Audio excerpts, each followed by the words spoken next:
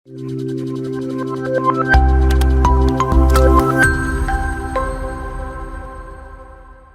Everybody.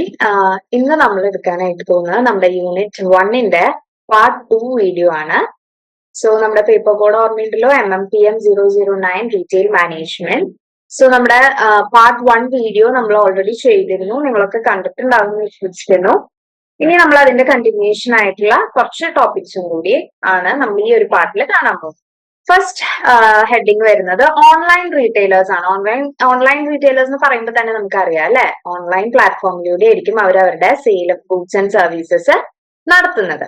ഇത് ഈ online retailing എപ്പോഴാണ് ഇമ്പോർട്ടൻസ് കൂടുതലായിട്ട് എടുത്തത്? എല്ലാവരുടെ കയ്യിലും സ്മാർട്ട് ഫോൺസ് ഇൻട്രൊഡ്യൂസ്ഡ് ആയതിനു ശേഷം. നമുക്ക് കോമൺ ആയിട്ട് അറിയാവുന്ന കാര്യമാണ്. പക്ഷെ നമുക്ക് എന്ത് ചെയ്യാം, ഇങ്ങനെ ഒരു ക്വസ്റ്റ്യൻ ഒക്കെ ചോദിച്ചു കഴിഞ്ഞാൽ ഈ ബേസിക് കാര്യങ്ങൾ തൊട്ടേ നമുക്ക് എഴുതി തുടങ്ങാം. So increased usage of smartphones എന്തിനൊരു റീസൺ ആണ്? ഓൺലൈൻ റീറ്റെയിലിംഗിന് ഒരു റീസൺ ആണ്. അതുപോലെ തന്നെ അവൈലബിലിറ്റി ഓഫ് ഇന്റർനെറ്റ്. ചില സ്ഥലങ്ങളിൽ ഫ്രീ വൈഫൈ വരെ ഉണ്ട് അല്ലെ. അപ്പൊ എല്ലായിടത്തും ഇന്റർനെറ്റും സ്മാർട്ട് ഫോണും ഉണ്ട്. അപ്പൊ നമ്മൾ ആരുടെ കയ്യിലും ഇപ്പൊ ഒരു സാധാ സ്മാർട്ട് ഫോൺ ഇല്ല എന്ന് നമുക്കൊന്നും പറയാൻ പറ്റില്ല. അങ്ങനത്തെ ഒരു ഇറയിലാണ് നമ്മളിപ്പോ ജീവിക്കുന്നത്. അതുകൊണ്ട് തന്നെ ഇത് വളരെ ഇമ്പോർട്ടന്റ് ആണ്. ഓൺലൈൻ റീറ്റെയിലിംഗ് വളരെ ഇമ്പോർട്ടന്റ് ആണ്. ഇനി ഈ ഓൺലൈൻ റീറ്റെയിലിംഗിനെ ഇമ്പാക്ട് ചെയ്യുന്ന മറ്റു കുറച്ച് കാര്യങ്ങളും കൂടി ഉണ്ട്. ഓക്കെ, നമ്മൾ ഒരു ഓഫ്ലൈൻ റീറ്റെയിലിംഗിനെ വെച്ച് നോക്കുമ്പോൾ what differentiates it from online retailing എന്നൊക്കെ നമ്മൾ നോക്കുകയാണെങ്കിൽ നമുക്ക് ഈ പോയിന്റ്സ് ഒക്കെ നമുക്ക് എഴുതാനായിട്ട് പറ്റും. ഓൺലൈൻ റീറ്റെയിലിംഗിലേക്ക് ആളുകൾ മൂവ് ചെയ്യാനുള്ള ഒരു റീസൺ ആണ് എന്ത്? ചേഞ്ചിങ് ലൈഫ് സ്റ്റൈൽ അല്ലെ. നമ്മളിപ്പോ ലൈഫ് സ്റ്റൈൽ ഇപ്പോ മുൻപ് നമ്മൾ കേരളത്തിൽ കണ്ടിരുന്ന ഒരു ട്രെൻഡേ അല്ല ഇപ്പോ നമ്മളുടെ ഡ്രസ്സിങ് ആയാലും ഫുഡ് ഹാബിറ്റ്സ് ആയാലും ഒക്കെ അല്ലെ. അപ്പൊ അങ്ങനെ മാറുന്ന ലൈഫ് സ്റ്റൈലിനനുസരിച്ചിട്ടുള്ള റീറ്റെയിലിംഗ് സ്റ്റോഴ്സ് നമുക്ക് നമ്മുടെ സ്ഥലത്ത് ഉണ്ടാവണമെന്നില്ല. പക്ഷെ അത്തരം കേസുകളിൽ ആൾക്കാർ എന്തിലേക്ക് മൂവ് ഓൺ ചെയ്യും? റീറ്റെയിലിംഗ് ഓൺലൈൻ ഒരു മോഡിലേക്ക് മൂവ് ഓൺ ചെയ്യും. നമുക്കിപ്പോ നമ്മുടെ ഒരു ഓൺ സ്റ്റോറിൽ കിട്ടാത്ത പ്രോഡക്ട്സ് നമ്മൾക്ക് ആഗ്രഹമുണ്ട് അങ്ങനത്തെ ഒരു ഡ്രസ്സ് വെയർ ചെയ്യണമെന്ന്. പക്ഷെ നമ്മുടെ ഒന്നും സ്റ്റോറിൽ അങ്ങനത്തെ ഡ്രസ്സുകളൊന്നും അവൈലബിൾ അല്ല. പക്ഷെ നമുക്ക് എന്തെന്ന് കിട്ടും? നമുക്ക് ഓൺലൈൻ പ്ലാറ്റ്ഫോമിൽ കിട്ടും. അപ്പോ ഒരു മെയിൻ ഫാക്ടറാണ് എന്ത്? Changing life style. അതുപോലെ തന്നെ ടൈം കൺസ്ട്രെയിൻസ്. നമ്മൾക്ക് പുറത്ത് നമ്മൾ ഒരു ഷോപ്പിങ്ങിന് പോകുമ്പോൾ നമുക്ക് എത്ര ടൈം സ്പെൻഡ് ചെയ്യേണ്ടതായിട്ട് വരും അല്ലെ. പക്ഷെ ഓൺലൈൻ ചെയ്യുകയാണെങ്കിൽ നമുക്ക് വീട്ടിലെ കംഫർട്ടിൽ ഇരുന്നിട്ട് എപ്പോ നമുക്ക് സമയമുണ്ടോ അപ്പോ ചെയ്താൽ മതി. Next is vast availability of options to choose from. നമ്മളൊരു കടയിൽ പോയാൽ അവിടുത്തെ എല്ലാ ഓപ്ഷൻസും നമ്മുടെ കണ്ണിൽ പെടണം എന്ന് ഇല്ല.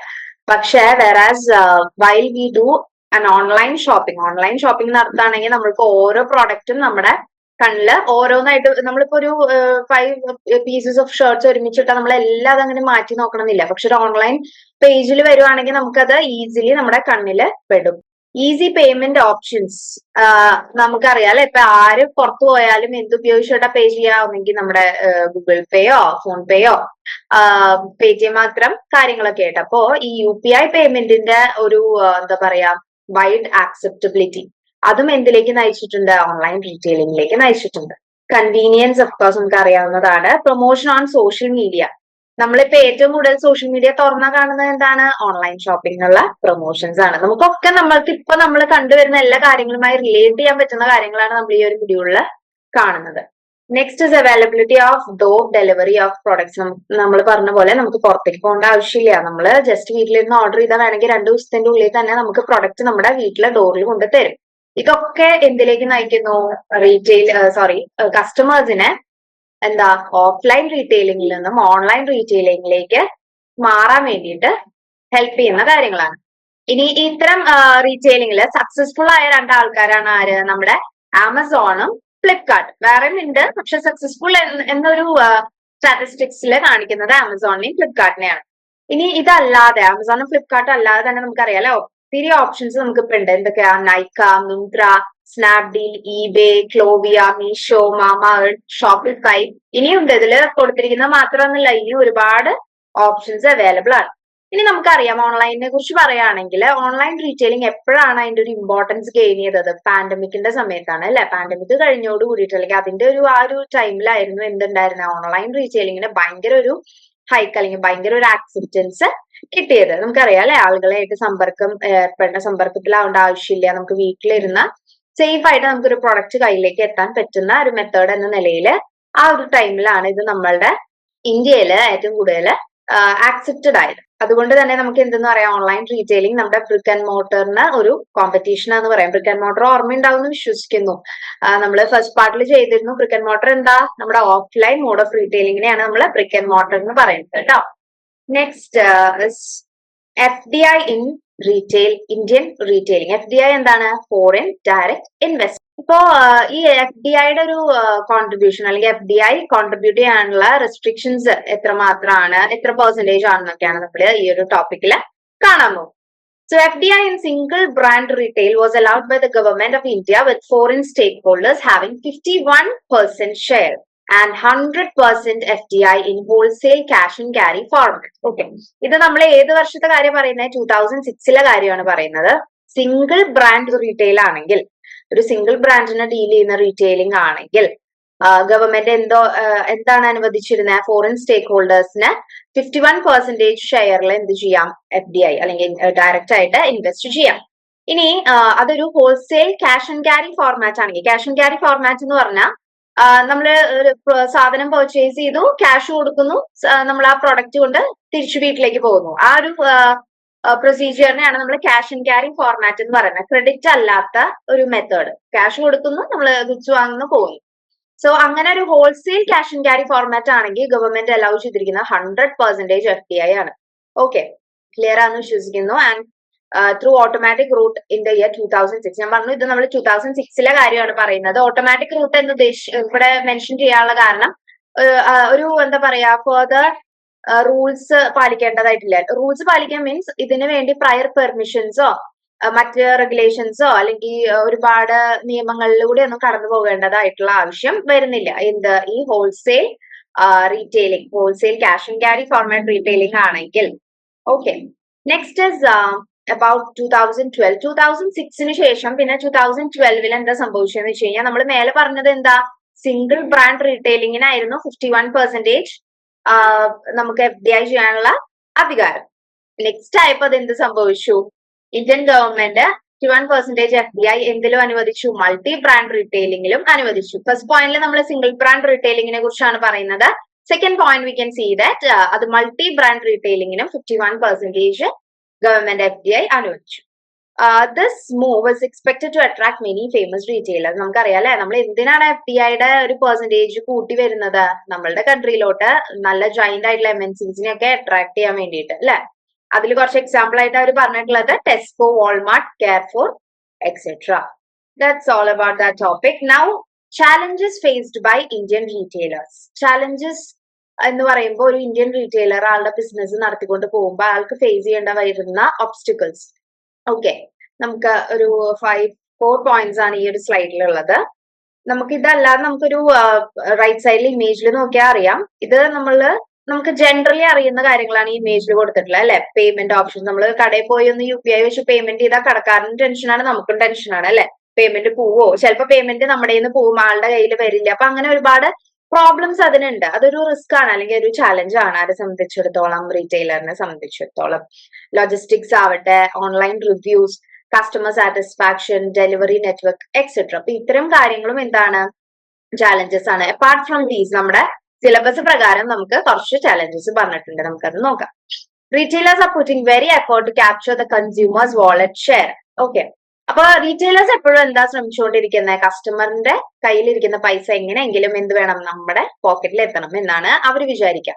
അതിനുവേണ്ടി അവരെന്ത് ചെയ്യുന്നു, ഇമേജും ക്വാളിറ്റിയും തമ്മിലുള്ള കോംപ്രമൈസിങ് അല്ലെ. നമ്മളിപ്പോ ഒരു അഡ്വർടൈസ്മെന്റില് കാണുന്ന പ്രൊഡക്റ്റ് കണ്ടിട്ട് നമ്മൾ പോകും ഷോപ്പിലോട്ട്, പക്ഷെ നമ്മൾ അഡ്വർടൈസ്മെന്റിൽ കണ്ട അതേ പ്രൊഡക്റ്റ് തന്നെ ആയിരിക്കുമോ നമുക്ക് ഷോപ്പിൽ നിന്ന് കിട്ടാറില്ല അല്ലെ, അത് ഡിഫറെന്റ് ആയിരിക്കും. പക്ഷെ അങ്ങനെ കൺസ്യൂമറിനെ ആ ഒരു അഡ്വർടൈസ്മെന്റിലൂടെ അവരുടെ ഷോപ്പിലേക്ക് എത്തിക്കുകയാണ് ആരുടെ ലക്ഷ്യം, നമ്മുടെ റീറ്റെയിലേഴ്സിന്റെ ലക്ഷ്യം എന്ന് പറയുന്നത്. സോ അങ്ങനെ റീറ്റെയിലേഴ്സിനെ കൺസ്യൂമേഴ്സിനെ നേടിയെടുക്കാൻ വേണ്ടിയിട്ട് റീറ്റെയിലേഴ്സ് കോംപ്രമൈസ് ചെയ്യേണ്ടി വരുന്ന കാര്യങ്ങൾ എന്തൊക്കെയാ, ഇമേജ് ആൻഡ് ക്വാളിറ്റി, അതുപോലെ തന്നെ ഹെവി ഡിസ്കൗണ്ട്സ് കൊടുക്കേണ്ടതായിട്ട് വരും അല്ലെ. പ്രൊമോഷൻ ഓഫേഴ്സ് ഒക്കെ നമ്മൾ കാണാറില്ലേ, ചിലപ്പോൾ അവർക്ക് കുറച്ച് നഷ്ടമൊക്കെ വരുന്നുണ്ടാവും, മേ ബി, നമുക്ക് ഉറപ്പില്ല. പക്ഷെ അത്തരത്തിൽ ഒരുപാട് ഡിസ്കൗണ്ടും കാര്യങ്ങളും ഒക്കെ കൊടുക്കേണ്ടതായിട്ട് വരും കസ്റ്റമറിനെ നേടാനായിട്ട്. Due to the high rental cost, major component of the operating expenditure, the operating cost of retailers very high. അപ്പൊ നമുക്കറിയാം അല്ലെ, ഒരു റീറ്റെയിൽ സ്റ്റോർ, ഇപ്പൊ കുറെ പേരുടെ ഒക്കെ റീറ്റെയിൽ സ്റ്റോർ ചിലപ്പോൾ അവരുടെ ഓൺ ബിൽഡിംഗ് ആയിരിക്കാം. പക്ഷെ നമ്മളിപ്പോ ഒരു മെട്രോപൊളിറ്റൻ സിറ്റിയിലൊക്കെ നോക്കി കഴിഞ്ഞാൽ എല്ലാവർക്കും ഒരു ഓൺ ബിൽഡിംഗിൽ റീറ്റെയിലിംഗ് നടത്താന്ന് പറഞ്ഞാൽ പോസിബിൾ ആയിട്ടുള്ള കാര്യമായിരിക്കില്ല. അപ്പൊ അവരെന്ത് ചെയ്യും? റെന്റിന് എടുക്കും അല്ലെ. റെന്റിന് എടുത്തു കഴിയുമ്പോ ആ സിറ്റിയുടെ ഒരു എന്താ പറയാ, സിറ്റിയുടെ ഒരു ലെവൽ അനുസരിച്ചിട്ടുള്ള റെന്റ് നമ്മൾ കൊടുക്കേണ്ടതായിട്ട് വരും. അപ്പൊ ചിലപ്പോ നമ്മളൊരു ബിസിനസ് ചെയ്ത് നമുക്കിപ്പോ ഒരു 10,000 റുപ്പീസ് ആണ് ഒരു മന്ത് കിട്ടുന്നതെന്നുണ്ടെങ്കിൽ നമ്മൾ ഒരു 7,000 റുപ്പീസ് ഒക്കെ റെന്റ് ആയിട്ട് കൊടുത്താൽ വെറും 3,000 നമ്മുടെ കയ്യില് ബാലൻസ് ഉണ്ടാവുള്ളൂ. അപ്പൊ എന്താണ്, റെന്റ് കൊടുക്കുക എന്നുള്ളത് റീറ്റെയിലേഴ്സിനെ സംബന്ധിച്ചിടത്തോളം എന്താണ്, ഒരു ചാലഞ്ച് ആണ്. ഓക്കെ, അപ്പൊ ഇങ്ങനെ ഈ ഒരു ചാലഞ്ച് വന്നതോടുകൂടി കുറച്ച് ഡിസ്കഷൻസ് ഒക്കെ വന്നു. കാരണം ഇങ്ങനെ റീറ്റെയിലേഴ്സിനെ സംബന്ധിച്ചിടത്തോളം ഈ റെന്റ് കൊടുക്കുക എന്നുള്ളത് ഒരു പ്രോബ്ലം ആണ് എന്നൊക്കെ വന്നപ്പോ അങ്ങനെ കൊണ്ടുവന്ന ഒരു ആശയമാണ് എന്ത്, മോൾ റീറ്റെയിലിംഗ്. മോൾസിലേക്ക് ഈ റീറ്റെയിലിംഗ്സ് ഒക്കെ മാറാനായിട്ടുള്ള ഒരു റീസൺ ആയി മാറിയത്. മോൾസിലേക്ക് മാറുമ്പോൾ ഉള്ള റീസൺ, ഒരു ബെനിഫിറ്റ് എന്താന്ന് വെച്ചാൽ ഒരുപാട് ആൾക്കാർ വന്നു പോകും ഒരു സമയത്ത് തന്നെ അല്ലെ. അപ്പൊ നമുക്ക് കൂടുതല് ഇപ്പൊ ആൾക്കാർ ജസ്റ്റ് ഒന്ന് കാണാൻ വേണ്ടി വന്നതായിരിക്കും, അല്ലെങ്കിൽ അവര് ആ മോളില് വേറെ ഫുഡ് കഴിക്കാൻ വന്നാലും ചിലപ്പോൾ നമ്മുടെ സ്റ്റോർ കണ്ട് അതിലേക്ക് കയറാനുള്ള ചാൻസസ് കൂടുതലാണ്. അപ്പൊ കസ്റ്റമേഴ്സിന്റെ എണ്ണം കൂടും മോൾസിലാവുമ്പോ. ഓക്കെ, അപ്പൊ അതിനനുസരിച്ചിട്ടുള്ള റെന്റ് കൊടുത്താലും നമുക്ക് ഇൻകം എന്തുണ്ടാവും, കൂടുതലായിട്ട് കിട്ടും. അതാണ് നമ്മൾ ആ പോയിന്റിൽ പറയുന്നത്. Next is also about real estate. നമ്മൾ അറിയാലേ, നമുക്കൊരു ഷോപ്പിംഗ് കോംപ്ലക്സ് അല്ലെങ്കിൽ ഒരു സ്റ്റോർ നടത്തണമെങ്കിൽ മെയിൻ കാര്യം എന്താ, ലാൻഡ്. ആ ലാൻഡിനെ സംബന്ധിച്ചിടത്തോളം ഇപ്പൊ നമ്മൾ റെന്റിന് എടുക്കാം, അല്ലെങ്കിൽ നമ്മൾക്ക് എന്ത് ചെയ്യാം, ലീസിന് എടുക്കാം. അപ്പൊ ഇതിനൊക്കെ എന്തുണ്ട്, ഒരുപാട് ലീഗൽ ഫോർമാലിറ്റീസ്, റിക്വയർമെന്റ്സ് ഒക്കെ ഉണ്ട്. അപ്പൊ ഇതൊക്കെ എന്താണ്, ഒരു ചാലഞ്ച്. നമുക്കറിയാലേ, ഒരു കാര്യം ഒരു ഗവൺമെന്റ് ഓഫീസിലൊക്കെ പോയി നമുക്ക് അതിന്റെ സാങ്ഷൻ ഒക്കെ മേടിച്ചു വരാൻ എത്ര ബുദ്ധിമുട്ടാണെന്നറിയാം. അപ്പൊ അത്തരത്തിലുള്ള ചാലഞ്ചസ് ഒക്കെ ആര് നേരിടേണ്ടതായിട്ട് വരുന്നുണ്ട്, നമ്മുടെ റീറ്റെയിലേഴ്സ് നേരിടേണ്ടതായിട്ട് വരുന്നുണ്ട്. Next point, store with all facilities. The retailer has to seek as many as 10 to 15 clearances. ഞാൻ പറഞ്ഞ പോലെ ഒരു സ്റ്റോർ തുടങ്ങണമെങ്കിൽ, ഒരു ബിസിനസ് തുടങ്ങണമെങ്കിൽ ആ പെർമിഷൻ, ഈ പെർമിഷൻ എന്നൊക്കെ പറഞ്ഞിട്ട് ഒരുപാട് ലീഗൽ ഫോർമാലിറ്റീസിലൂടെ ആര് കടന്നു പോകുന്നുണ്ട്, നമ്മുടെ റീറ്റെയിലേഴ്സ് കടന്നു പോകുന്നുണ്ട്. Next is the changing conception pattern അല്ലെ. ഒരു സമയത്ത് ഇന്ത്യയിലെ കൺസെപ്ഷൻ പാറ്റേൺ ഒരു ടൈപ്പ് ഓഫ് ഫുഡിനോടാണെങ്കിൽ നെക്സ്റ്റ് ഒരു കമ്മിങ് ഇയേഴ്സിൽ ആ ഫുഡ് ആർക്കും വേണ്ടായിരിക്കും. ഇപ്പൊ ഒരു സമയത്ത് നമ്മുടെ മാഗി ഒക്കെ ഇറങ്ങിയ സമയത്ത് എന്തായിരുന്നു, മാഗി ഭയങ്കര ട്രെൻഡിങ് അല്ലെങ്കിൽ ഹിറ്റ് ആയ ഒരു ഫുഡായിരുന്നു അല്ലെ. ആ ഒരു ഫുഡ് ഐറ്റത്തിന് പിന്നെ നമുക്ക് കുറച്ച് കംപ്ലൈന്റ്സ് ഒക്കെ വന്നു, but still it's in demand. പക്ഷെ ആദ്യത്തെ ഒരു തരംഗമൊന്നും ആ പ്രൊഡക്റ്റിന് ഇപ്പൊ ഇല്ല അല്ലെ. അങ്ങനെ കൺസ്യൂമേഴ്സിന്റെ ഡിമാൻഡ് മാറി മാറി വരുന്നതിനനുസരിച്ച് നമ്മുടെ റീറ്റെയിലേഴ്സ് എന്ത് ചെയ്യേണ്ടതായിട്ട് വരും, അവരുടെ പ്രൊഡക്ട്സ് അവർ മാറ്റി മാറ്റി അപ്ഡേറ്റ് ചെയ്ത് വെക്കേണ്ടതായിട്ട് വരും.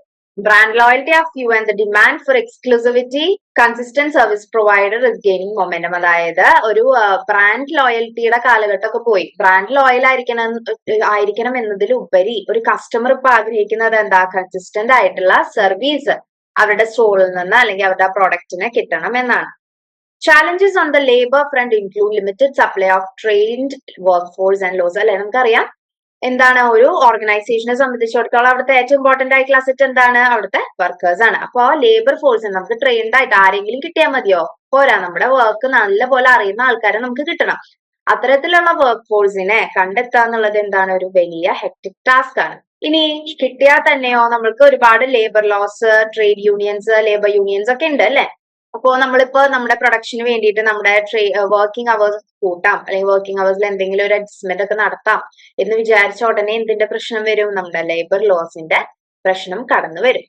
Next point is situations of seasonal demand cycle. Seasonal demand cycle നമുക്കറിയാം അല്ലെ. ഇപ്പൊ ഒരു പെർട്ടിക്കുലർ പ്രൊഡക്റ്റ് പറയുകയാണെങ്കിൽ ഇപ്പൊ അംബ്രല്ല ഒക്കെ നമുക്ക് ഏത് സമയത്ത്, ആ ഒരു ജൂൺ സ്കൂളൊക്കെ തുറക്കുന്ന സമയം അല്ലെ. സ്കൂൾ തുറക്കുന്ന സമയത്ത്, അതുപോലെ മഴ തുടങ്ങുന്ന സീസണിലൊക്കെയാണ് അംബ്രല്ലയ്ക്ക് എന്താ പറയാ, ഒരു സെയിൽസ് സംഭവിക്കുന്നുള്ളൂ. അല്ലെങ്കിൽ അതങ്ങനെ വെറുതെ ഇരിക്കും. നെക്സ്റ്റ് ഇയറിലേക്ക് പിന്നെ ആ ഒരു സീസണിൽ മാത്രം എടുക്കും. അങ്ങനെ സീസണൽ ആയിട്ട് മാത്രം ഇറങ്ങുന്ന കുറച്ച് പ്രോഡക്ട്സ് ഉണ്ട്. അതും ആർക്ക് നഷ്ടം വരും അല്ലെ. ആളുകൾ മേടിച്ചില്ലെങ്കിൽ അത് അടുത്ത സീസണിലേക്ക് എടുത്തു വെച്ച അടുത്ത സീസണിൽ വേറൊരു പ്രൊഡക്റ്റ് ഇറങ്ങിയാൽ എന്താ ഉണ്ടാവും, ഈ ഒരു പ്രൊഡക്റ്റ് കഴിഞ്ഞ കൊല്ലം നമ്മൾ എടുത്തു വെച്ച പ്രൊഡക്റ്റ് ഔട്ട് ഓഫ് ഫാഷൻ ആയി പോകും. അപ്പൊ അങ്ങനെ ലോസ് വരാനുള്ള സാധ്യത വളരെ കൂടുതലാണ്. Indian marketers are still low on the learning curve and have not been able to participate in the category management. Modern retailers are supposed to sell assortment of products and not just a brand. അപ്പൊ ഇവിടെ നമ്മൾ ഒരു മനസ്സിലാക്കേണ്ട ഒരു word എന്ന് പറയുന്നത് category management ആണ്. Category മാനേജ്മെന്റിലാണ് ആര് ഫോക്കസ് ചെയ്യേണ്ടത്, നമ്മുടെ റീറ്റെയിലേഴ്സ് ഫോക്കസ് ചെയ്യേണ്ടത്. എന്തിനു പകരം, ഒരു ബ്രാൻഡിനെ പെർട്ടിക്കുലർലി പ്രൊമോട്ട് ചെയ്യുന്നതിന് പകരം നമ്മുടെ റീറ്റെയിലേഴ്സ് ഫോക്കസ് ചെയ്യേണ്ട എന്താ കാറ്റഗറി മാനേജ്മെന്റ്. കാറ്റഗറി മാനേജ്മെന്റ് എന്ന് പറഞ്ഞു കഴിഞ്ഞാൽ ഒരു പെർട്ടിക്കുലർ കാറ്റഗറി ഓഫ് പ്രോഡക്ട്സ്. ഇപ്പൊ നമ്മളൊരു സൂപ്പർ മാർക്കറ്റിൽ കയറിയാൽ നമുക്ക് എല്ലാ ബിസ്ക്കറ്റ്സും ഒറ്റ സെക്ഷനിൽ കാണാം അല്ലെ, അല്ലെങ്കിൽ എല്ലാ മിൽക്ക് പ്രോഡക്ട്സും ഒറ്റ സെക്ഷനിൽ കാണാം. അതിനെയാണ് നമ്മൾ എന്തെന്ന് പറയുന്നത്, കാറ്റഗറി മാനേജ്മെന്റ് എന്ന് പറയുന്നത്. അല്ലാതെ നമ്മൾ ഒരു ഇപ്പോ സൺഫീസ്റ്റിന്റെ ബിസ്ക്കറ്റ്സ് മാത്രം ഒരു സെക്ഷനില്, മറ്റൊരു കാഡ്ബറിയുടെ ചോക്ലേറ്റ്സ് മാത്രം ഒരു സെക്ഷനിൽ, അങ്ങനെ നമ്മൾ സെക്ഷൻ വൈസ് ബ്രാൻഡിന് ഇമ്പോർട്ടൻസ് കൊടുത്ത് സെല് ചെയ്യാൻ നിന്നാൽ അത് നമുക്കൊരു നഷ്ടമായിരിക്കും. നമ്മൾ കാറ്റഗറി മാനേജ്മെന്റ് ഉപയോഗിച്ച് റീറ്റെയിലേഴ്സ് സെല് ചെയ്യാനായിട്ട് പഠിക്കണം എന്നാണ് പറയുന്നത്. Next moreover shopping habits differ with formats. Okay, shopping habits എന്ന് പറയുന്നത് ഉണ്ടാവും അല്ലെ ആൾക്കാർക്ക്. അത് പലതരത്തിലായിരിക്കാം. ചിലർക്ക് അതൊരു എന്റർടൈൻമെന്റ് ആയിരിക്കാം, ചിലർക്ക് അതൊരു നെസസിറ്റിക്ക് വേണ്ടിയിട്ട് ചെയ്യുന്നതായിരിക്കാം, ചിലർക്ക് ഒരു സ്ട്രെസ് റിലീഫിന് വേണ്ടി ചെയ്യുന്നതായിരിക്കാം. അപ്പൊ അങ്ങനെ ആളുകളുടെ ഹാബിറ്റ് എന്താണോ അതിനനുസരിച്ച് ആര് മാറണം, നമ്മുടെ റീറ്റെയിലർ മാറണം. ഇനി പോസ്റ്റ് കോവിഡ്, നമ്മൾ ഇതില് ഒരുപാട് തവണ ഈ ഓൺലൈൻ റീറ്റെയിൽ എന്ന് പറയുമ്പോൾ കോവിഡിനെ കുറിച്ച് മെൻഷൻ ചെയ്യുന്നുണ്ട്. അത് നമുക്ക് എക്സാമിനൊക്കെ ചോദിക്കുമ്പോൾ നമുക്ക് മറക്കാതെ യൂസ് ചെയ്യാൻ പറ്റുന്ന ഒരു കാര്യമാണ് കേട്ടോ. Post covid customers are frequently restoring to online space. നമുക്കറിയാം കോവിഡിന്റെ സമയത്താണ് നമ്മൾ ഓൺലൈനിലേക്ക് അധികമായിട്ട് ആളുകൾ കടന്നു ചെന്നത്. പക്ഷെ ഇപ്പോഴും നമ്മൾ അതിൽ നിലനിൽക്കുന്നു. എന്തിനു വേണ്ടിയിട്ടാണ് നിലനിൽക്കുന്നത്? നമ്മൾ ഓഫ്ലൈനിൽ ഒരു പ്രോഡക്റ്റ് കണ്ടാൽ അതിന് ഓൺലൈനിൽ എന്താ റേറ്റ് എന്ന് കമ്പയർ ചെയ്ത് നോക്കാനായിട്ടാണ് ഇപ്പൊ നമ്മൾ ഓൺലൈനിൽ ഉപയോഗിക്കുന്നത്. ഓൺലൈനിൽ മേടിക്കുന്നവരൊക്കെ ഉണ്ട്, പക്ഷെ ഓൺലൈനിൽ മേടിച്ച് നമുക്ക് ഒരു എക്സ്പീരിയൻസ് ആയി. അപ്പൊ നമ്മൾ എന്ത് റിയാലിറ്റി മനസ്സിലാക്കി, നമ്മൾ ഓഫ്ലൈനിൽ മേടിക്കുന്നേക്കാളും കുറഞ്ഞ പൈസക്ക് അല്ലെങ്കിൽ വലിയ ഡിഫറൻസ് ഇല്ലാതെ നമുക്ക് ബെറ്റർ പ്രോഡക്ട്സ് ഓൺലൈനിൽ കിട്ടും എന്ന് നമ്മൾക്കൊരു തിരിച്ചറിവ് കിട്ടി കഴിഞ്ഞതിന് ശേഷം what the customers are doing is നമ്മള് ഓഫ്ലൈൻ പ്രോഡക്ട്സിന്റെയും ഓൺലൈൻ പ്രോഡക്ട്സിന്റെയും റേറ്റ് കമ്പയർ ചെയ്യാനായിട്ട് തുടങ്ങി. അപ്പൊ അത് ആർക്ക് പ്രശ്നമാണ്? നമ്മുടെ റീറ്റെയിലേഴ്സിന് പ്രശ്നം അല്ലെ? നമ്മള് ഒരു റീറ്റെയിലർ ഷോപ്പിൽ പോയിട്ട് ഇപ്പൊ ഒരു പെൻസിൽ അല്ല ഒരു ലഞ്ച് ബോക്സ് മേടിച്ചു എന്ന് വിചാരിക്കാം. അപ്പൊ ആ ലഞ്ച് ബോക്സ് അയാൾ ഒരു 500 റുപ്പീസ് പറഞ്ഞു, നമ്മുടെ റീറ്റെയിലർ. നമ്മൾ ഈ സാധനം തന്നെ നമ്മള് വീട്ടിൽ എന്ത് ചെയ്തേക്കാ, ഓൺലൈൻ എത്ര റേറ്റ് ഉണ്ടെന്ന് നോക്കിയിട്ടാണ് വന്നേക്കണേ. അപ്പൊ നമ്മൾ പറയാ ഓൺലൈനിൽ ഇതിന് 400 രൂപയുള്ളൂല്ലോ ചേട്ടൻ, 100 രൂപ എക്സ്ട്രാ ആണല്ലോ പറയണേന്ന് പറഞ്ഞാൽ അത് ആർക്കും ഒരു ബുദ്ധിമുട്ടാ? റീറ്റെയിലർക്ക് പിന്നെ കച്ചവടം ചെയ്യാൻ പറ്റുമോ? ഇല്ല. അപ്പൊ അതെന്താണ്, ഒരു ചാലഞ്ച് ആണ് റീറ്റെയിലറിനെ സംബന്ധിച്ചിടത്തോളം.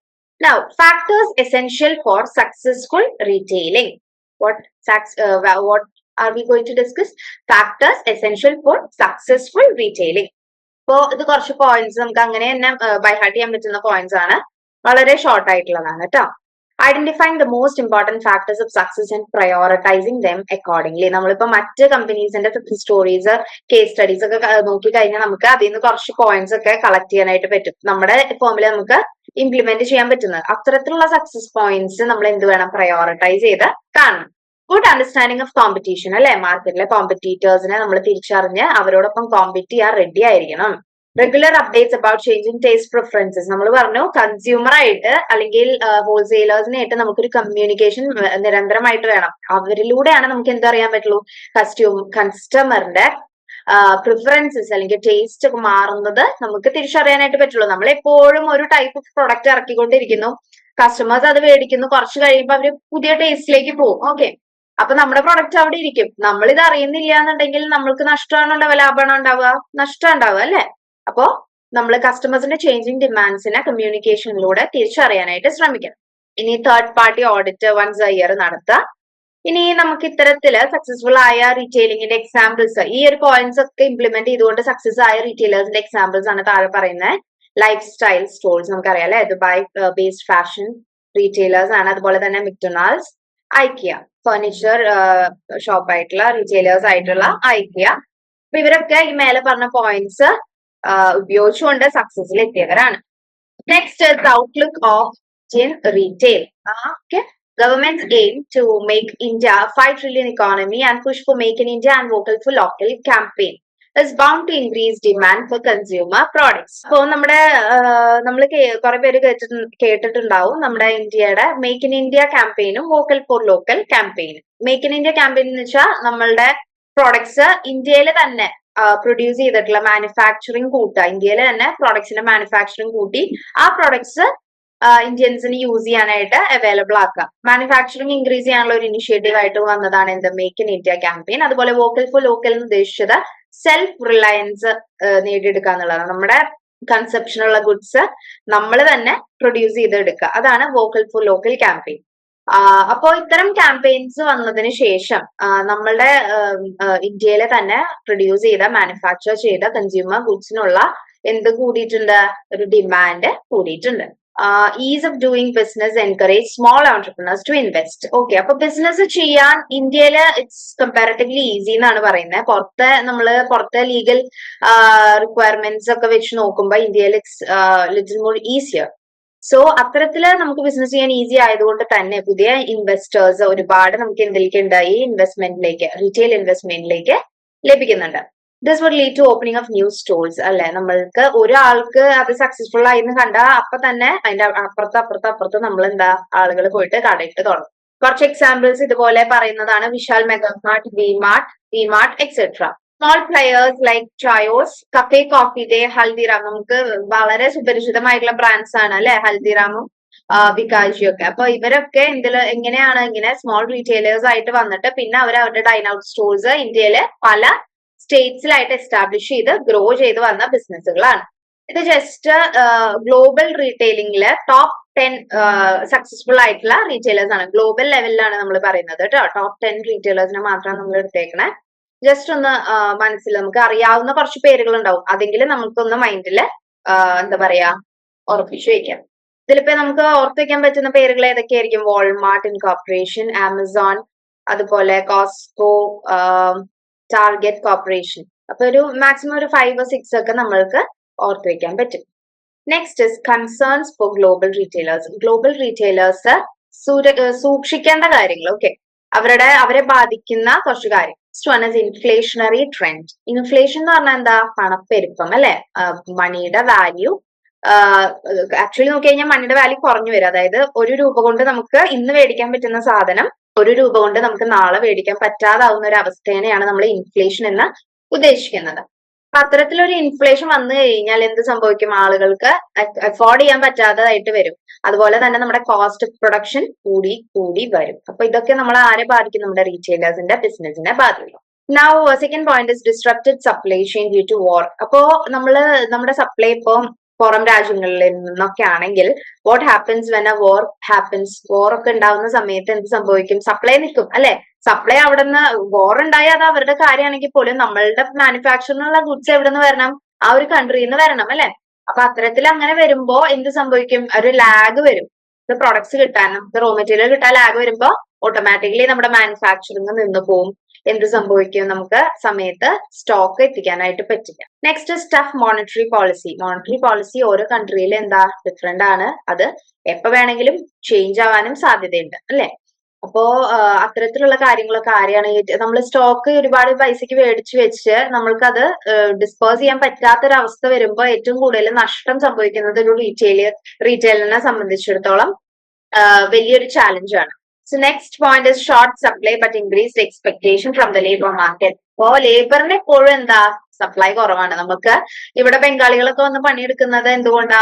സപ്ലൈ കുറവായതുകൊണ്ടാണ്. അങ്ങനെ നമുക്ക് ലേബറിന്റെ റിക്വയർമെന്റ് കൂടുതലാണ്, പക്ഷെ എന്താ? സപ്ലൈ വളരെ കുറവാണ്. Next point, next heading is career prospects in retailing. അപ്പൊ റീറ്റെയിലിംഗ് എന്നൊരു ബിസിനസ്സിലല്ല റീറ്റെയിലിംഗ് എന്നൊരു ആസ്പെക്റ്റിൽ വരുന്ന കുറച്ച് കരിയർ പ്രോസ്പെക്ട്സ് ഒക്കെ നമ്മൾ പരിചയപ്പെടാൻ പോകും. ഈ ഒരു സബ്ജക്ട് പഠിക്കുമ്പോൾ ഇതിലെ കരിയർ പ്രോസ്പെക്ട്സ് നമ്മൾ അറിഞ്ഞിരിക്കണമല്ലോ. അപ്പൊ അത്തരത്തിലുള്ള കുറച്ച് കരിയർ ഓപ്ഷൻസ് ആണ് നമ്മൾ ഇനി പരിചയപ്പെടാനായിട്ട് പോകുന്നത്. First one is vendor management executive. Vendor നമുക്ക് അറിയാം അല്ലെ, നമുക്ക് ക്രെഡിറ്റിന് സാധനങ്ങളൊക്കെ തരുന്ന ആളാണ്. അപ്പോ what is the responsibility of a vendor management executive? They are responsible for handling vendors who supply merchandise to the outlet. നമ്മുടെ ഔട്ട്ലെറ്റിലേക്ക് നമുക്ക് സപ്ലൈ തരുന്ന വെൻഡേഴ്സിനെ ഹാൻഡിൽ ചെയ്യാന്നുള്ളതാണ് ആരുടെ ജോലി? നമ്മുടെ വെൻഡർ മാനേജ്മെന്റ് എക്സിക്യൂട്ടീവിന്റെ ജോലി. വെയർഹൌസിംഗ് എക്സിക്യൂട്ടീവിന്റെ ജോലി എന്താ? വെയർഹൌസിംഗ് എന്താ? സ്റ്റോർ ചെയ്യാം. നമ്മുടെ സ്റ്റോക്കിനെ എഫിഷ്യന്റ് ആയിട്ട് കേടുകളൊന്നും ഇല്ലാതെ സ്റ്റോർ ചെയ്യാം. What he does is he chooses the right type of merchandise in right quantity mentioned in the storehouse for redistribution. അപ്പൊ right amount of quantity supply ചെയ്ത് വരുന്നുണ്ടെന്ന് ഉറപ്പുവരുത്തുക. അതിനെ റൈറ്റ് എമൗണ്ടിൽ എന്ത് ചെയ്യുക? സ്റ്റോർ ചെയ്യുക. എന്നിട്ട് അവിടെ നിന്ന് വേണ്ട ചാനലുകളിലേക്ക് റീഡിസ്ട്രിബ്യൂട്ട് ചെയ്ത് കൊടുക്കുക. Next is category management executive. Category management നമ്മൾ നേരത്തെ പറഞ്ഞു, ഓർക്കുന്നില്ലേ? കാറ്റഗറി മാനേജ്മെന്റ് എന്തായിരുന്നു? ഒരു പർട്ടിക്കുലർ കാറ്റഗറിയിലുള്ള സിമിലർ ക്യാരക്ടറിസ്റ്റിക്സ് വരുന്ന എല്ലാ പ്രൊഡക്ട്സിനെയും ബ്രാൻഡ് നോക്കാതെ ഒരുമിച്ച് കാറ്റഗറൈസ് ചെയ്യുക. അതിനെയാണ് നമ്മൾ കാറ്റഗറി മാനേജ്മെന്റ് എന്ന് പറയുന്നത്. അപ്പൊ അത്തരത്തില് പ്രൊഡക്ട്സിനെ കാറ്റഗറൈസ് ചെയ്യുന്നതിൽ ഒരു മെയിൻ റോൾ വഹിക്കുന്ന ആളാണ് ആര്? Category management executive. Next point is department executive അല്ലെങ്കിൽ മാനേജർ. ഒരു സ്റ്റോറിൽ പോയ അവിടുത്തെ മാനേജർ, അവിടുത്തെ ഫ്ലോർ മാനേജർ എന്ന് പറഞ്ഞാൽ എന്തായിരിക്കും ചെയ്യേണ്ടാവുക? ആ പെർട്ടിക്കുലർ ഫ്ലോറിലെ അല്ലെങ്കിൽ ആ പെർട്ടിക്കുലർ ഡിപ്പാർട്ട്മെന്റിന്റെ കംപ്ലീറ്റ് റെസ്പോൺസിബിലിറ്റി ആരുടെ തലയിലായിരിക്കും? ആ ഡിപ്പാർട്ട്മെന്റ് എക്സിക്യൂട്ടീവിന്റെ അല്ലെങ്കിൽ ഡിപ്പാർട്ട്മെന്റ് മാനേജറുടെ തലയിലായിരിക്കും. Manager retail operations. Manager retail operations പറഞ്ഞാൽ ആ ഒരു റീറ്റെയിൽ സ്റ്റോറിൽ നടക്കുന്ന കംപ്ലീറ്റ് ഫങ്ഷൻസ് കോർഡിനേറ്റ് ചെയ്യേണ്ടത്, HR മുതൽ ഓഡിറ്റ് വരെയുള്ള കംപ്ലീറ്റ് ആക്ടിവിറ്റീസിനെ കോർഡിനേറ്റ് ചെയ്യേണ്ടത് ആരാണ്? നമ്മുടെ റീറ്റെയിൽ ഓപ്പറേഷൻസിന്റെ മാനേജർ ആണ്. Next is visual merchandiser. Visual എന്ന് പറയുമ്പോൾ എന്താ? നമ്മുടെ ബ്രാൻഡിനെ വിഷ്വലി കസ്റ്റമേഴ്സിന്റെ മുൻപിൽ പ്രസന്റ് ചെയ്യുക. അതിൽ അഡ്വർടൈസിങ്ങും പ്രൊമോഷനും ഒക്കെ ഉൾപ്പെടും. അപ്പൊ നമ്മുടെ സ്റ്റോറിന്റെ ഒരു ലുക്ക്, നമ്മുടെ സ്റ്റോറിന്റെ ഒരു എന്താ പറയാ, ഒരു വിഷ്വൽ ഇമേജ് ആളുകളുടെ ഇടയിൽ എത്തിക്കുന്ന ആളാണ് ആര്? നമ്മുടെ visual മെർക്കൻഡൈസർ. Business Development Executive or Business Development Manager. BD teams conduct locational analysis, negotiate land owner for lease of space. അപ്പൊ ഇവരുടെ ജോലി എന്താ? Business development executive. നമുക്കറിയാം ബിസിനസ് ഡെവലപ്പ് ചെയ്യണമെങ്കിൽ എന്ത് വേണം? ഒരു സ്റ്റോറുള്ള ആള് ഡെവലപ്ഡ് ആവണമെങ്കിൽ അടുത്തൊരു സ്റ്റോറും കൂടി ഇട്ടാലാണ് ഡെവലപ്ഡ് ആവുക. ആ ഒരു സ്റ്റോർ ഇടണമെങ്കിൽ നമുക്ക് എന്ത് വേണം? ആപ്റ്റ് ആയിട്ടുള്ള ലൊക്കേഷൻ വേണം. ലൊക്കേഷൻ കിട്ടിയാൽ മതിയോ? നമുക്ക് അവിടെ മേടിക്കാൻ പറ്റുന്ന സ്ഥലമാണെന്ന് നോക്കണം. മേടിക്കാൻ പറ്റില്ലെങ്കിൽ നമുക്ക് എന്ത് ചെയ്യാൻ പറ്റുള്ളൂ? റെന്റിന് എടുക്കാനും പറ്റുള്ളൂ.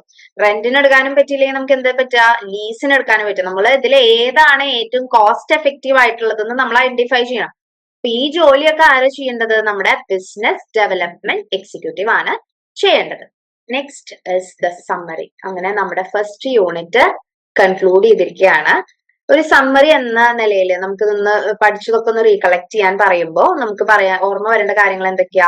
Traditional and modern retailing coexist ചെയ്യുന്നുണ്ട് ഇന്ത്യയിൽ, അല്ലെ? ഇന്ത്യയില് ട്രഡീഷണൽ റീറ്റെയിലിംഗ് ഉണ്ട്, മോഡേൺ റീറ്റെയിലിംഗ് ഉണ്ട്. അത് രണ്ടിനും എന്തുണ്ട്? അതിൻ്റെതായ സിഗ്നിഫിക്കൻസും ഉണ്ട്. Evolution of internet and online payment interface has revolutionised this sector.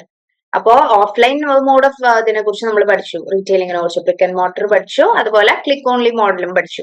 അപ്പൊ രണ്ടിനും അതിൻ്റെതായ ഇമ്പോർട്ടൻസ് ഉണ്ട്. ഓൺലൈൻ മോഡ് വന്നതിന് ശേഷം ഓഫ്ലൈനിന് ഒരുപാട് ചാലഞ്ചസ് കൂടി വന്നിട്ടുണ്ട്. propensity of being present on all possible platforms increases cost of operation. അത് നമുക്കറിയാം, അല്ലെ? അപ്പൊ ഓഫ്ലൈൻ സ്റ്റോർ ആണെങ്കിൽ പോലും അതിന് എന്തുണ്ട്? അവരുടെ ഓൺലൈൻ ആയിട്ടുള്ള അപ്പിയറൻസും ഉണ്ട്. ഏതൊരു സ്റ്റോർ ഇപ്പൊ എടുത്ത് നോക്കിയാൽ അവർക്ക് എന്തുണ്ടാവും? ഒരു വെബ്സൈറ്റ് ഉണ്ടാവും, ചിലപ്പോൾ ആപ്പ് ഉണ്ടാവും. അങ്ങനെ അവർ ഓൺലൈനിലും എന്താണ് പ്രസന്റ് ആണ്. അപ്പൊ ഇങ്ങനെ എല്ലാ പ്ലാറ്റ്ഫോമിലും പ്രസന്റ് ആവാന്ന് പറയുമ്പോൾ ഒരു ഓർഗനൈസേഷനെ സംബന്ധിച്ചിടത്തോളം എന്താണ് സംഭവിക്കുന്നത്? അവരുടെ കോസ്റ്റ് ഓഫ് ഓപ്പറേഷൻ കൂടി വരികയാണ്. To be successful in retailing, one has to adopt to local conditions in different ways. ഒരു ഓണർ അവരുടെ ചിന്താഗതി, അവര് സെലക്ട് ചെയ്യുന്ന എന്താ പറയാ മെത്തേഡ്സ്, അതിലൊക്കെ ബേസ് ചെയ്തായിരിക്കും എന്തുണ്ടാവുക? ഒരു ഓർഗനൈസേഷന്റെ സക്സസ് ഉണ്ടാവുക. ഇതാണൊന്ന് സമ്മറൈസ് ചെയ്യാൻ അത്രയാണ് നമുക്കുള്ളത്. ഇനി നമുക്ക് കുറച്ച് പ്രീവിയസ് ഇയറിലെ ക്വസ്റ്റ്യൻസ് ഈ ഒരു ടോപ്പിക്സിനെ നമ്മൾ ഡിസ്കസ് ചെയ്ത ടോപ്പിക്സിനെ റിലേറ്റ് ചെയ്ത് വരുന്ന ക്വസ്റ്റ്യൻസ് ആണ്. നമ്മുടെ ജൂൺ 2023 റീറ്റെയിൽ മാനേജ്മെന്റ് പേപ്പറിലെ ക്വസ്റ്റ്യൻസ് ആണിത്. What is strategic planning process and explain the 4 possible planning approaches. ഈ സ്ട്രാറ്റജിക് പ്ലാനിംഗ് എന്നുള്ളത് നമ്മൾ ഫസ്റ്റ് യൂണിറ്റില് ഫസ്റ്റ് പാർട്ട് വീഡിയോയിൽ ഡിസ്കസ് ചെയ്തിരുന്നു. സ്ട്രാറ്റജിക് ആയിട്ട് പ്ലാൻ ചെയ്താൽ എന്ത് സംഭവിക്കുള്ളൂ? നമുക്ക് കോമ്പറ്റീറ്ററിനെ ഔട്ട് പെർഫോം ചെയ്യാനായിട്ട് പറ്റുള്ളൂ, അല്ലെ? നമുക്ക് എപ്പോഴും എന്തുണ്ടാവും? റൈവൽ കമ്പനീസ് അവരുടെ സ്ട്രാറ്റജിക്ക് ഉപയോഗിച്ച് വർക്ക് ചെയ്യുന്നവരുണ്ടാവും. പക്ഷെ അവരെക്കാളും ഒരു കോർ കോമ്പിറ്റൻസി, അവരെക്കാളും നമ്മളെ ഡിഫറൻഷിയേറ്റ് ചെയ്യുന്നത് എന്തോ അതാണ് നമ്മുടെ കോർ കോമ്പിറ്റൻസി എന്ന് പറയുന്നത്. അങ്ങനെ കോർ കോമ്പിറ്റൻസിനൊക്കെ ഡിസൈൻ ചെയ്തെടുക്കാനായിട്ട് എന്ത് വേണം? സ്ട്രാറ്റജിക് പ്ലാനിങ് വേണം. അതാണ് നമുക്ക് ആ ക്വസ്റ്റ്യനിൽ എഴുതാൻ പറ്റുന്നത്. അതുപോലെ next question is explain different features of single store independence ownership. Single store independent ownership നമ്മൾ പറഞ്ഞിരുന്നു നേരത്തെ, അല്ലെ? സിംഗിൾ സ്റ്റോർ എന്താ? ഒരുപാട് ചെയിൻ ഔട്ട്ലെറ്റ്സ് ആയിട്ടൊന്നും ഇല്ലാതെ ഒറ്റ സ്റ്റോർ മാത്രം, ഒറ്റ പ്രൊഡക്റ്റിൽ, ഒറ്റ കൺസ്യൂമർ ഗുഡ്സില് ഫോക്കസ് ചെയ്തുകൊണ്ടുള്ള ഇൻഡിപെൻഡന്റ് ആയിട്ടുള്ള സ്റ്റോർ ആണ് എന്ത്? സിംഗിൾ സ്റ്റോർ ഇൻഡിപെൻഡന്റ് ഓണർഷിപ്പ് സ്ട്രക്ചറിൽ നമ്മൾ പറയുന്നത്. ഇത് ഈ ക്വസ്റ്റ്യന് നമുക്ക് ഇനി വരുന്ന യൂണിറ്റ്സിലും ഫർദർ എക്സ്പ്ലനേഷൻസ് ഉണ്ട്. ഇതിൽ നമ്മൾ ഫസ്റ്റ് യൂണിറ്റിൽ ജസ്റ്റ് അതൊന്ന് പറഞ്ഞു പോയിട്ടേ ഉള്ളൂ കേട്ടോ. Next is emerging rural retail formats. ഈ ഒരു ടോപ്പിക് നമ്മൾ ഇലാബറേറ്റ് ആയിട്ട് നമ്മുടെ പാർട്ട് 1 വീഡിയോയിൽ ഡിസ്കസ് ചെയ്തതാണ്. എനിക്ക് തോന്നുന്നു ഒരു സ്ലൈഡ് 14-15 ഈ ഒരു ടോപ്പിക് വരുന്നത്. അതിൽ നമ്മള് ഇമേർജിംഗ് റീറ്റെയിൽ റൂറൽ ഫോർമാറ്റ്സില് റൂറൽ ഏരിയാസിലേക്കുള്ള കോൺട്രിബ്യൂഷൻസ് ആണ് പറഞ്ഞത്. നമ്മൾ അതിൽ ITZയെ കുറിച്ച് പറഞ്ഞു, ഗോദ്രേജ് ആധാറിനെ കുറിച്ചൊക്കെ പറഞ്ഞു. ITZ അവരുടെ പ്രോഡക്ട്സ് ആയിട്ടുള്ള കുക്കീസ്, ഇൻസെൻസ് സ്റ്റിക്സ്, മാച്ചസ് ഒക്കെ റൂറൽ ഏരിയാസിലേക്ക് വേണ്ടി ഇൻട്രൊഡ്യൂസ് ചെയ്തതായിരുന്നു. അതിനെക്കുറിച്ച് നമ്മൾ കണ്ടിരുന്നു. പിന്നെ നമ്മുടെ കുറച്ച് വെബ്സൈറ്റ്സ്, ഈ ചൗപ്പൽ ഓർക്കുന്നുണ്ടെന്ന് വിശ്വസിക്കുന്നു. ഫസ്റ്റ് വീഡിയോ കണ്ടവർക്ക് അറിയുന്നുണ്ടായിരിക്കും. ചൗപ്പൽ ഫ്രഷ്, അതുപോലെ ഗോദ്രേജ് ആധാർ, DSLന്റെ ഒരു വെബ്സൈറ്റിനെ കുറിച്ച് നമ്മൾ പറഞ്ഞിരുന്നു. അപ്പൊ അത്തരം കാര്യങ്ങളൊക്കെയാണ് ഇതിൽ വരുന്നത്, നമ്മുടെ ഇമേർജിംഗ് റൂറൽ റീറ്റെയിൽ ഫോർമാറ്റ്സ് എന്ന പോയിന്റിന്റെ വരുന്നത്. ഇനി നമ്മുടെ small independent mom and pop stores in India ഓർക്കുന്നുണ്ടോ? നമ്മൾ ഫസ്റ്റ് പറഞ്ഞ കാര്യമായിരുന്നു മോം ആൻഡ് പോപ്പ് സ്റ്റോഴ്സ്. അതിന്റെ മറ്റൊരു പേരെന്താണ്? കിരാന സ്റ്റോഴ്സ്. അതിനെ നമുക്ക് ഒരുപാട് കാര്യങ്ങൾ അതിനെ കുറിച്ച് പറഞ്ഞിരുന്നു. ഏറ്റവും ഈസി ആയിട്ട് പറയാൻ പറ്റുന്ന കാര്യം എന്താ? നമ്മുടെ വീടിന്റെ തൊട്ടടുത്ത് നമ്മുടെ ജോഗ്രഫിക്കൽ ഏരിയയുടെ ഡിമാൻഡിനനുസരിച്ച് ഗുഡ്സ് കൊണ്ടുവന്ന് വെച്ച് വിൽക്കുന്ന ഒരു റീറ്റെയിലർ നടത്തുന്ന ഷോപ്പാണ് എന്ത്? കിരാന സ്റ്റോഴ്സ് എന്ന് പറയുന്നത്. അവിടെ സ്റ്റോക്ക് കുറവായിരിക്കും, പക്ഷെ തീരുന്നതിനനുസരിച്ച് കസ്റ്റമറുടെ ഡിമാൻഡിനനുസരിച്ച് കൊണ്ടുവരും. അതുപോലെ സൈസ് വളരെ കുറവായിരിക്കും. പിന്നെ FMCG പ്രോഡക്ട്സിലായിരിക്കും, ഫാസ്റ്റ് മൂവിംഗ് ആയിട്ടുള്ള കൺസ്യൂമബിൾ ഗുഡ്സിലായിരിക്കും മെയിൻ ആയിട്ട് അവര് ഡീൽ ചെയ്യുന്നുണ്ടായിരിക്കുക. ഓക്കെ, അപ്പോ ഇത്രയൊക്കെയാണ് നമ്മൾക്ക് ഈ ഒരു ഫസ്റ്റ് യൂണിറ്റില് ഡിസ്കസ് ചെയ്യാനായിട്ടുള്ളത്. എല്ലാവർക്കും മനസ്സിലായെന്ന് വിശ്വസിക്കുന്നു. ഡൗട്ട്സ് ഒക്കെ ഉണ്ടെങ്കിൽ നമുക്ക് ക്ലിയർ ചെയ്യാം കേട്ടോ. ഇനി ഡിസംബർ 2023 ക്വസ്റ്റ്യൻ പേപ്പറിൽ നമുക്കൊരു 2 ക്വസ്റ്റ്യൻ വന്നിട്ടുള്ളത് sourcing function and inventory management of retailer, അതുപോലെ തന്നെ brick and click model, cooperatives of consumer. Sourcing ഫംഗ്ഷനും നമ്മൾ ഫസ്റ്റ് പാർട്ടിൽ ഡിസ്കസ് ചെയ്തിട്ടുള്ളതാണ്. സോഴ്സ് ചെയ്യുന്നത് നമ്മളിപ്പോ നേരത്തെ പറഞ്ഞില്ലേ, ഒരു വോർ വന്നു കഴിഞ്ഞാൽ എന്ത് സംഭവിക്കും? നമ്മളുടെ സപ്ലൈ മുടങ്ങും. അപ്പൊ അങ്ങനെ സംഭവിക്കാൻ പാടില്ല അല്ലെ? അപ്പൊ സപ്ലൈ ഒന്നും മുടങ്ങാതെ നമ്മള് എഫക്റ്റീവ് ആയിട്ടുള്ള സോഴ്സിംഗ് മെത്തേഡ്സ് ഫോളോ ചെയ്യുക. ബ്രിക്ക് ആൻഡ് ക്ലിക്ക് മോഡൽ എന്താ? ബ്രിക്ക് ആൻഡ് ക്ലിക്ക് എന്താണത്? Online model. അപ്പോ ബ്രിക്ക് ആൻഡ് മോട്ടർ എന്താ? Offline model. ഈ രണ്ടെണ്ണത്തെ കുറിച്ച് നല്ല തറവായിട്ട് അറിഞ്ഞിരിക്കണം. അതുപോലെ കോപ്പറേറ്റീവ്സ് ഓഫ് കൺസ്യൂമർ. കോപ്പറേറ്റീവ്സ് നമ്മൾ കോപ്പറേറ്റീവ് ബോഡി പഠിച്ചത് ഓർക്കണില്ലേ?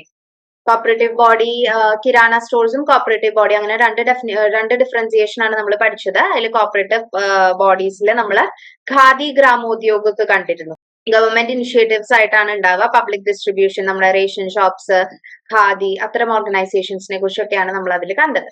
അപ്പൊ അതൊക്കെയാണ് ക്വസ്റ്റ്യൻ ചോദിച്ചു കഴിഞ്ഞാൽ നമ്മൾ എന്ത് എഴുതേണ്ടത്. So here comes an end to our first unit. സോ നമുക്ക് അടുത്ത യൂണിറ്റിൽ കാണാം. ഓൾസോ എന്തെങ്കിലും ഡൗട്ട്സ് ഒക്കെ ഉണ്ടെങ്കിൽ നമുക്ക് ക്ലിയർ ചെയ്യാം. എല്ലാവരും വീഡിയോസിലൂടെ ഒന്ന് കാണാം വീഡിയോസ് ഒക്കെ കേട്ടോ. Thank you so much.